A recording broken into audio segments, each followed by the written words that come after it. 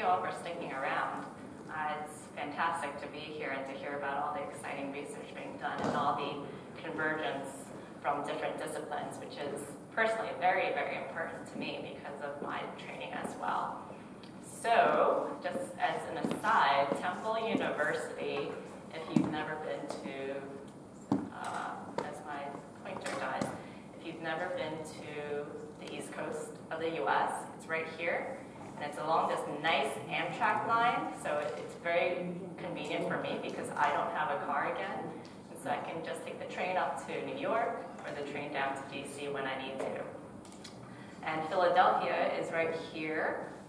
Has there been anyone who watched the Rocky Balboa movies? This is Fairmont right now. Oh, perfect, thank you. This is the Fairmont area right here, where he goes up the iconic steps after training. And we are right near there.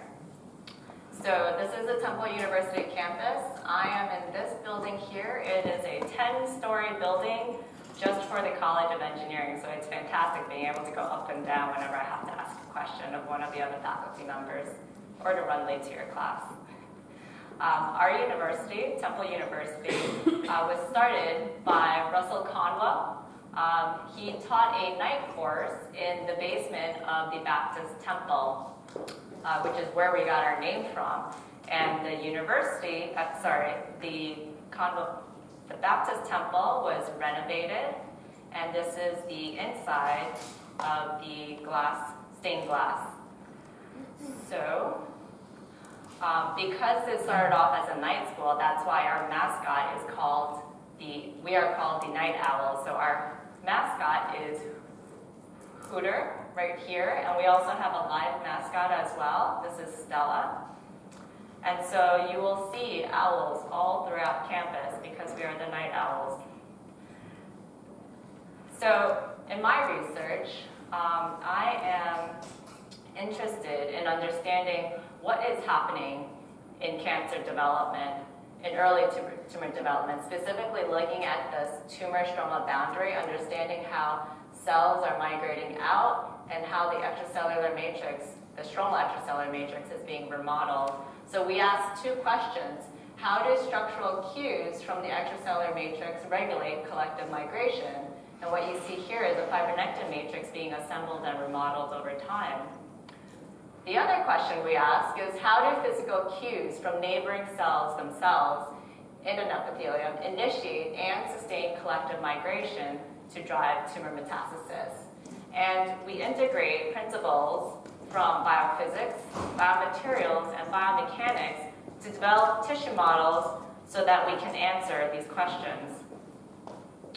So, in cancer metastasis, 90% of cancer-related death is due to metastasis, and we still do not completely understand how metastasis occurs. There's a new paradigm in the field in which there may be cancer cells that are able to escape early on during tumor development, metastasize to distant organs and remain dormant, but also evolve in parallel, and that it is perhaps these circulating tumor cell clusters that are more metastatic competent. They have about a 25 to 50% more chance of resulting in successful metastases. So, what is important to me and what I'm trying to understand during tumor development are what are the early drivers of tumor stroma boundary remodeling. So as you see from this video here from Peter Friedel's group, you see a tumor organoid just completely spreading and invading into the stroma. So how is this happening? What are the underlying physical drivers of this process? So in the first part of my talk, I'm going to tell you why I'm interested in how the tumor stroma is remodeled. So cancer cells are able to recruit surrounding cells such as cancer-associated fibroblasts and recruit them to begin to assemble and remodel the surrounding stromal matrix. So as you can see here, these fibroblastic cells are leaving behind collagen tracts. And these are tracts that allow cancer cells to migrate outward and escape the tumor so that they can disseminate successfully to distant sites. Now, when I say collagen, I actually want to take a step backwards and tell you more about fibronectin. Fibronectin is the first matrix protein that's assembled in both physiological and pathological conditions. It's the base matrix network that needs to be assembled before there can be a collagen matrix. And usually when we talk about dense radiographs, which are indicative of a dense collagen matrix, we need to also look at fibronectin itself, the materials properties of it. And fibronectin is my favorite protein. And what you see here is its dimeric structure comprising 3 types of repeating units. And so fibronectin has this type 3 repeating unit which lacks disulfide bonds. So under mechanical strain in the microenvironment or cell traction forces, these sites can unfold to expose cryptic binding sites, or they can be disrupted to prevent downstream cell bindings. So then fibronectin's molecular flexibility regulates both cell, matrix, and growth factor binding, as you can see from all these different sites. So I took out a lot of slides to try and compress my time so we can finish on time. But I just want to say that the early fibronectin matrix that is assembled by cancer-associated fibroblasts, within the first 24 hours, you already see a materials properties difference. The elastic moduli measured from tumor matrices is higher than that of our control matrices. Additionally, when you look at the molecular structure of fibronectin fibers, you see that in our tumor condition case, that you have a wider distribution of molecular conformations. You have a narrower distribution. This is the tumor case. You have a narrower distribution of fibronectin conformations that are more unfolded based on the lower FRET intensity ratios that we are able to quantify. Moving forward, if my slide moves, going back again to fibronectin structure, I mentioned earlier that fibronectin also binds other matrix components, one of which is collagen. So we looked at downstream collagen assembly. And what you see here is that in the lower panels, that you have early assembly of collagen that is very dense. You have thick bundles of collagen in this magenta area here. And that by day 9, you have dense sheets of collagen throughout your entire culture. So, again, going back to our original question of what are the critical early drivers of tumor stroma boundary remodeling, we also have to look at the cells themselves as they're escaping out. This is another beautiful video by Peter Friedel. And what you see here in blue are these cellular protrusions as they begin to migrate out as sheets and strands into the surrounding stroma.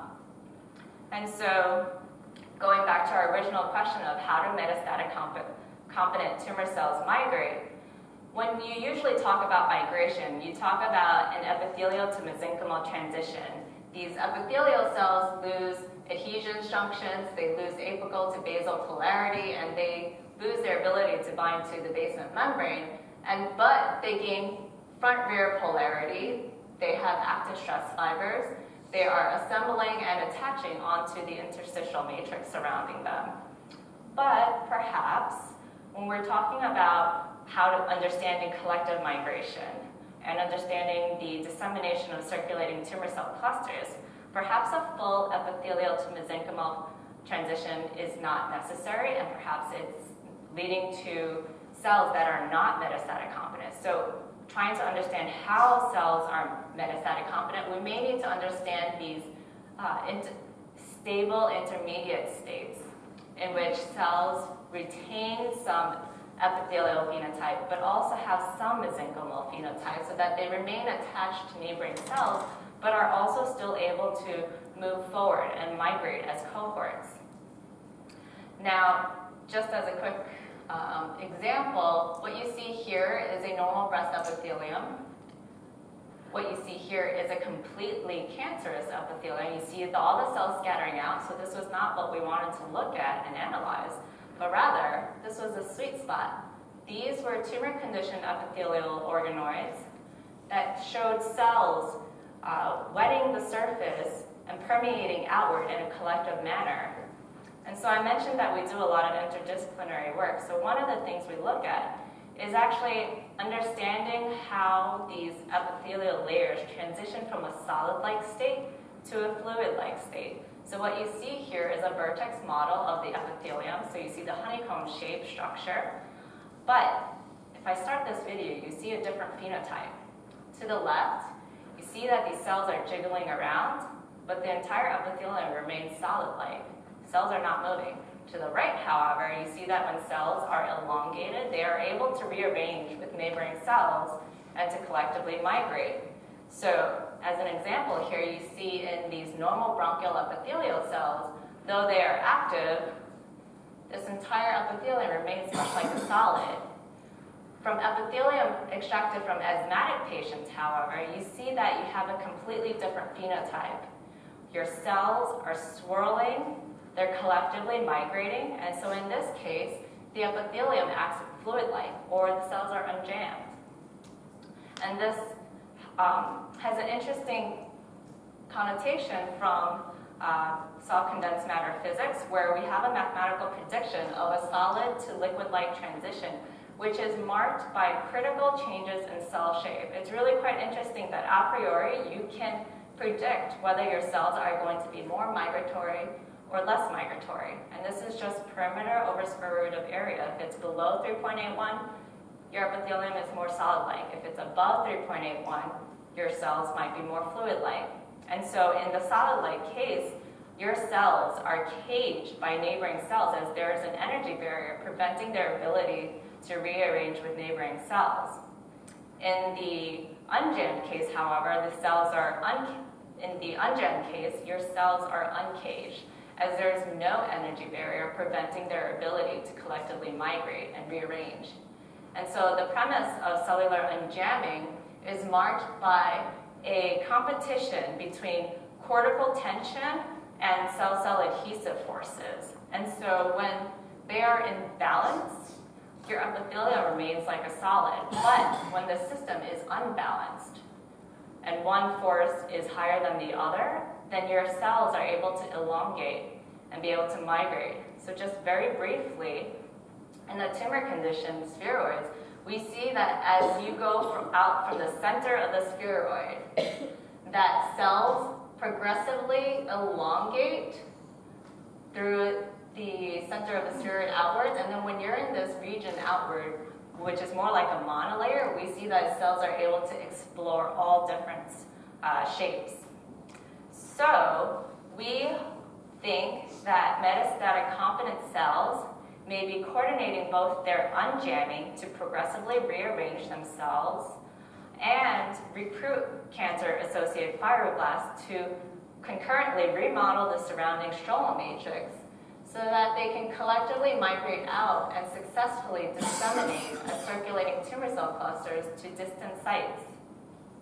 And so moving forward, some of the work that we're interested in pursuing is understanding how heterogeneous cellular interactions within a dynamically strained environment might contribute to collective migration. So what you see here is a cancerous cell in green, which are usually very soft, but it's embedded within a stiffer epithelial layer, and you see that they are still able to migrate through and push and propel themselves in this stiffer epithelium, and that the epithelium surrounding them responds. Furthermore, we are developing a microscope-compatible strain device so that we can also assess how, when we strain fibers, how do cells collectively migrate over it. And with that, I'd like to acknowledge my students. These are Amanda, Justin, and Patrick. They are very brave because they joined my group when it was just starting out like this, because I joined in August of 2018, and they've helped me slowly set up the lab this past few months. And with that, I'd also like to thank our faculty members at Temple. This is our chair, Peter Melkish. The funding sources from the NIH and NSF that helped fund this research. And with that, I'd like to take any of your questions. Thank you. Thank you so much.